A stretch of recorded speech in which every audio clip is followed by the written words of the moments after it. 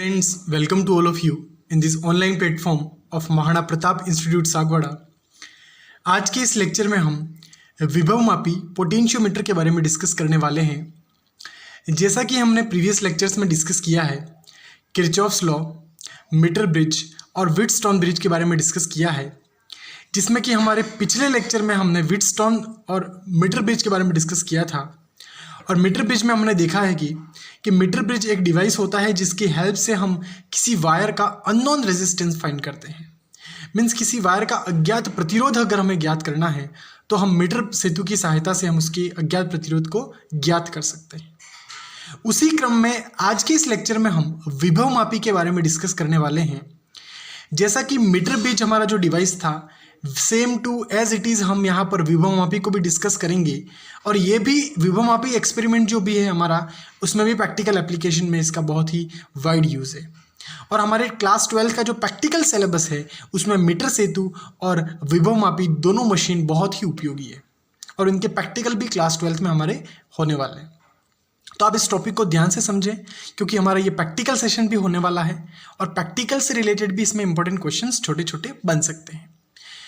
तो चलिए आज का हमारा टॉपिक स्टार्ट करते हैं और हमारा टॉपिक है विभवमापी। तो सबसे पहले हम समझेंगे कि विभवमापी होता क्या है। तो विभवमापी एक ऐसा उपकरण होता है जिसकी सहायता से हम अज्ञात विद्युत वाहक बल का मान ज्ञात कर सकते हैं, अज्ञात पोटेंशियल वोल्टेज का मान ज्ञात कर सकते हैं।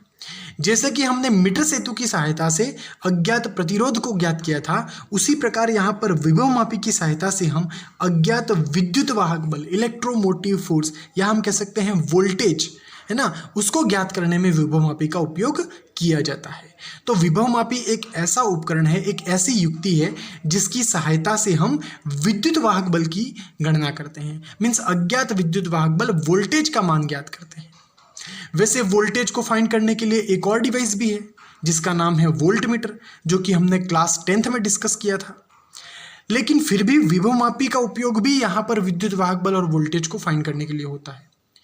तो यहाँ पर दो डिवाइस हो गई, एक तो हो गया वोल्टमीटर और एक हो गया विभवमापी, है ना। एक डिवाइस हमारा हो गया वोल्टमीटर जो कि हमने क्लास 10th में पढ़ा था, और यहाँ पर एक और डिवाइस हो गया जिसकी सहायता से हम विद्युत वाहक बल या वोल्टेज की गणना करते हैं। तो आखिर अब दो डिवाइस हो गए, तो इन दोनों डिवाइस में से बेटर डिवाइस कौन सा है वो भी हम यहाँ पे इस लेक्चर में समझने वाले हैं कि वोल्टमीटर बेटर डिवाइस है या विभवमापी बेटर डिवाइस है। इन दोनों में से कौन सा डिवाइस बेस्ट है फॉर द प्रैक्टिकल एप्लीकेशन। तो जैसा कि हमने क्लास 10th में स्टडी किया है कि वोल्टमीटर भी एक डिवाइस होता है जिसकी हेल्प से हम वोल्टेज को मेजर करते हैं, विद्युत वाहक बल की गणना करते हैं। तो यहाँ पर वोल्टमीटर का यूज़ भी होता है वोल्टेज को मेजर करने के लिए, और विभवमापी का उपयोग भी होता है विद्युत वाहक बल की गणना करने के लिए। तो इन दोनों डिवाइस में से बेटर डिवाइस कौन सा है वो हम इस लेक्चर में भी समझने वाले हैं। तो यहाँ पर जैसा कि हमने कहा कि वोल्टमीटर जो डिवाइस है उसकी सहायता से भी हम वोल्टेज को मेजर करते हैं। और हमने ये पढ़ा है क्लास 10th में कि वोल्टमीटर डिवाइस को हमेशा किसी भी विद्युत परिपथ के समांतर क्रम में संयोजित करते हैं। कौन से क्रम में? समांतर क्रम में संयोजित करते हैं। मीन्स वोल्टमीटर को हमेशा किसी भी सर्किट के समांतर क्रम में संयोजित करते हैं, क्योंकि वोल्टेज जो होता है, विभव जो होता है, वो दो बिंदुओं के मध्य मेजर होता है। किन्हीं दो बिंदुओं के मध्य मापते हैं हम विभवांतर को, और इसी कारण हम वोल्टमीटर को हमेशा किसी भी विद्युत परिपथ के समांतर क्रम में संयोजित करते हैं। आप साथ साथ में इसके नोट्स भी बनाते जाएं, जैसे जैसे मैं यहाँ पे बोलते जा रहा हूँ, यहाँ पे जो भी हम डिस्कस करते जा रहे हैं साथ साथ में आप इसके नोट्स भी प्रिपेयर करते जाएं, ठीक है। तो यहाँ पर हमारा जो वोल्टमीटर है वो समांतर क्रम में संयोजित होता है, जबकि एक और डिवाइस हमने पढ़ा था जिसका नाम था एमीटर, और जो एमीटर जो हमारा डिवाइस था वो हमेशा श्रेणी क्रम में लगाते थे, श्रेणी क्रम में संयोजित करते थे। और एमीटर जो डिवाइस है उसका जो उपयोग है वो विद्युत धारा की गणना करना है। अगर हमें विद्युत धारा की गणना करनी है, विद्युत धारा के परिमाण को मापना है, तो उस कंडीशन में हम एमीटर डिवाइस का उपयोग करते हैं। और एमीटर जो डिवाइस है वो हमेशा किसी भी विद्युत परिपथ के श्रेणी क्रम में संयोजित होता है, जबकि वोल्टमीटर डिवाइस है वो समांतर क्रम में संयोजित होता है। तो यहाँ पर हमें ये देखना है कि वोल्टमीटर बेटर डिवाइस है या विभवमापी बेटर डिवाइस है। तो हमने सबसे पहले समझ लिया कि विभवमापी का उपयोग तो होता है विद्युत वाहक बल की गणना करने में। अब हम ये समझने वाले हैं कि वोल्टमीटर और विभवमापी दोनों में से बेटर डिवाइस कौन सा है ना। वोल्टमीटर और विभवमापी जो डिवाइस है, इन दोनों डिवाइस में से बेटर डिवाइस कौन सा है, ये हम यहाँ पे अब समझने वाले हैं। तो अब हम यहाँ पे इस सर्किट की सहायता से ये समझने वाले हैं कि विभवमापी बेटर डिवाइस है या वोल्टमीटर बेटर डिवाइस है। तो यहाँ पर जो हमारा विभवमापी जो डिवाइस है वो वोल्टमीटर की कंपैरिजन में बेटर डिवाइस है और एक्यूरेसी के साथ, दक्षता के साथ यहाँ पर वोल्टेज को मेजर करता है। तो विभवमापी किस प्रकार से वोल्टमीटर से बेटर डिवाइस है, हम वो यहाँ पर समझने वाले हैं। तो चलिए इस सर्किट की सहायता से हम समझते हैं। तो जैसा कि आप सर्किट में देख पा रहे हो कि यहाँ पर दो बिंदु है, बिंदु ए तथा बिंदु बी। उन दोनों बिंदुओं के अक्रॉस में हमने एक डिवाइस लगाया है जिसका नाम है वोल्टमीटर। और हमें पता है कि जो वोल्टमीटर है वो हमेशा दो बिंदुओं के अक्रॉस में लगाया जाता है, या फिर उसको हमेशा किसी भी सर्किट में पैरेलल में लगाते हैं, समांतर क्रम में लगाते हैं। तो यहाँ पर ये जो वोल्टमीटर मशीन है, जो डिवाइस है, उसको हमने इस प्रतिरोध के पैरेलल में कनेक्ट किया है, समांतर क्रम में संयोजित किया है, जैसा कि आप यहाँ सर्किट में देख पा रहे हो। तो बिंदु ए तथा बिंदु बी के मध्य हमने वोल्टमीटर को कनेक्ट किया है और यहाँ पर वोल्टमीटर का जो फंक्शन है वो वोल्टेज के परिमाण को मापना है। अब देखो यहाँ पर जो सर्किट में करंट जो फ्लो हो रही है वो 5 एम्पियर हो रही है और जो हमारा रेजिस्टेंस है वो 100 ओम है। अब यहाँ पे देख पा रहे हो तो 5 एम्पियर करंट यहाँ से ए बिंदु पर गई और ए बिंदु में जाने के बाद यहाँ से 0.5 एम्पियर करंट वोल्टमीटर की तरफ जा रही है। और हमारा जो मुख्य परिपथ है, जो ये मुख्य परिपथ है, जो रेजिस्टेंस वाला जो हमारा परिपथ है, जो ब्रांच है, जो शाखा है, वो हमारा मुख्य परिपथ है। तो हमारा जो मुख्य परिपथ है उसमें आप देख पा रहे हो 4.5 एम्पियर करंट ही फ्लो हो रही है। अब यहाँ पर 0.5 एम्पियर करंट यहाँ वोल्टमीटर में क्यों आई? तो उसका रीज़न ये है कि वोल्टमीटर एक ऐसा डिवाइस होता है जिसको ऑपरेट होने के लिए, जिसको चालू होने के लिए, शुरू होने के लिए खुद को भी विद्युत धारा की आवश्यकता होती है। ये मेरे वर्ड्स ध्यान से सुनना कि वोल्टमीटर जो ऐसा डिवाइस होता है जिसको स्वयं ऑपरेट होने के लिए, स्वयं चालू होने के लिए, शुरू होने के लिए विद्युत धारा की, इलेक्ट्रिक करंट की आवश्यकता होती है वोल्टमीटर को। अब यहाँ पर टोटल करंट 5 एम्पियर फ्लो हो रही थी, तो उसमें से मान लो हमने यहाँ पर कंसिडर किया है 0.5 एम्पियर करंट वोल्टमीटर ने खुद को ऑपरेट होने के लिए, खुद को शुरू होने के लिए यूज कर ली। तो टोटल करंट 5 एम्पियर फ्लो हो रही थी, उसमें से 0.5 एम्पियर करंट वोल्टमीटर ने स्वयं को ऑपरेट होने के लिए यूज कर ली। तो हमारा जो मुख्य परिपथ था, ये जो ए बी हमारी शाखा है, ये हमारा मुख्य परिपथ है। तो जो हमारा मुख्य परिपथ था उसमें 0.5 एम्पियर करंट की कमी हो गई और मुख्य परिपथ में 4.5 एम्पियर करंट फ्लो हो रही है। अब यहाँ पर अगर 4.5 एम्पियर करंट फ्लो हो रही है, तो अगर हम ओम्स लॉ की सहायता से देखें, वोल्टेज के परिमाण का मान निकालें, तो करंट हमारी कितनी है 4.5 एम्पियर मुख्य परिपथ में, और रेजिस्टेंस कितना है 100 ओम। तो हमारा आंसर आ गया 450 वोल्ट। तो यहाँ पर जो वोल्टेज मेजर होगा वोल्टमीटर में वो ए और बी बिंदु के अक्रॉस होगा। तो वोल्टमीटर जो मेजर करेगा वो वोल्टेज कितना आएगा 450 वोल्ट। बट रियल में वोल्टेज कितना होना चाहिए था 500 वोल्ट। क्यों 500 होना चाहिए था?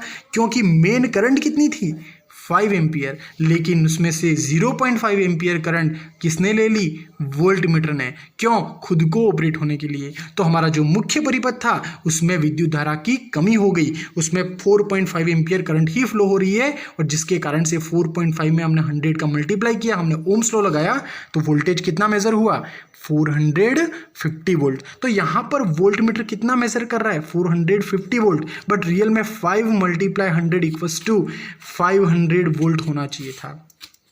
5 ampere current and 100 ohm resistance. Real में वोल्टेज कितना है इस सर्किट में 500 वोल्ट रियल में वोल्टेज है। वोल्टमीटर को 500 वोल्ट मेजर करना चाहिए था, लेकिन 0.5 एम्पियर करंट वोल्टमीटर ने खुद को ऑपरेट होने के लिए यूज कर ली, और उस प्रकार से हमारा जो मुख्य परिपथ था उसमें करंट की कमी हो गई, और वोल्टमीटर ने 500 की बजाय कितना मेजर किया 450 वोल्ट। तो यहाँ पर वोल्टमीटर ने कितनी त्रुटि की 500 - 450, सो 50 वोल्ट वोल्टमीटर ने त्रुटि की।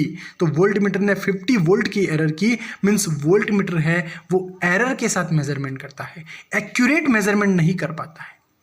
लेकिन फिर भी हम इसको प्रैक्टिकल में इसके एप्लीकेशन ज़्यादा है, हम प्रैक्टिकल में इसको यूज़ करते हैं।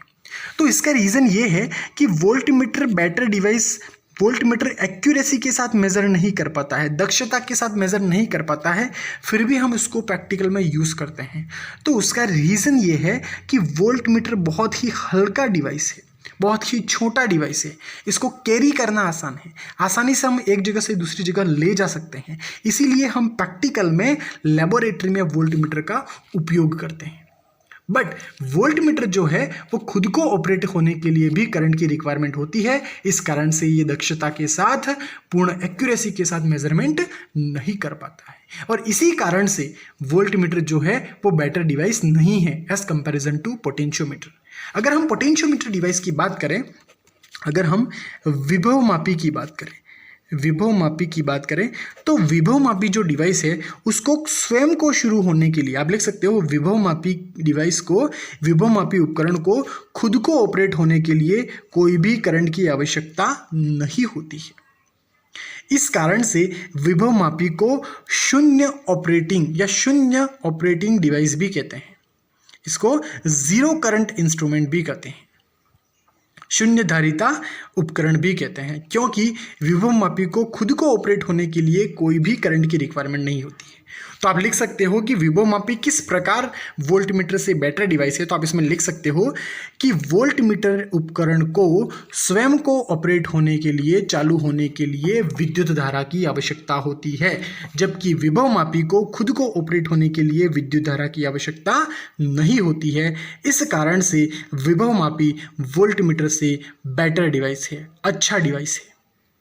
और जबकि वोल्टमीटर को खुद को ऑपरेट होने के लिए विद्युत धारा की आवश्यकता होती है, इस कारण से वह दक्षता के साथ मेजरमेंट नहीं कर सकता है और मेजरमेंट में त्रुटि करता है, और इसी कारण विभवमापी जो है वो वोल्टमीटर से अच्छा डिवाइस है।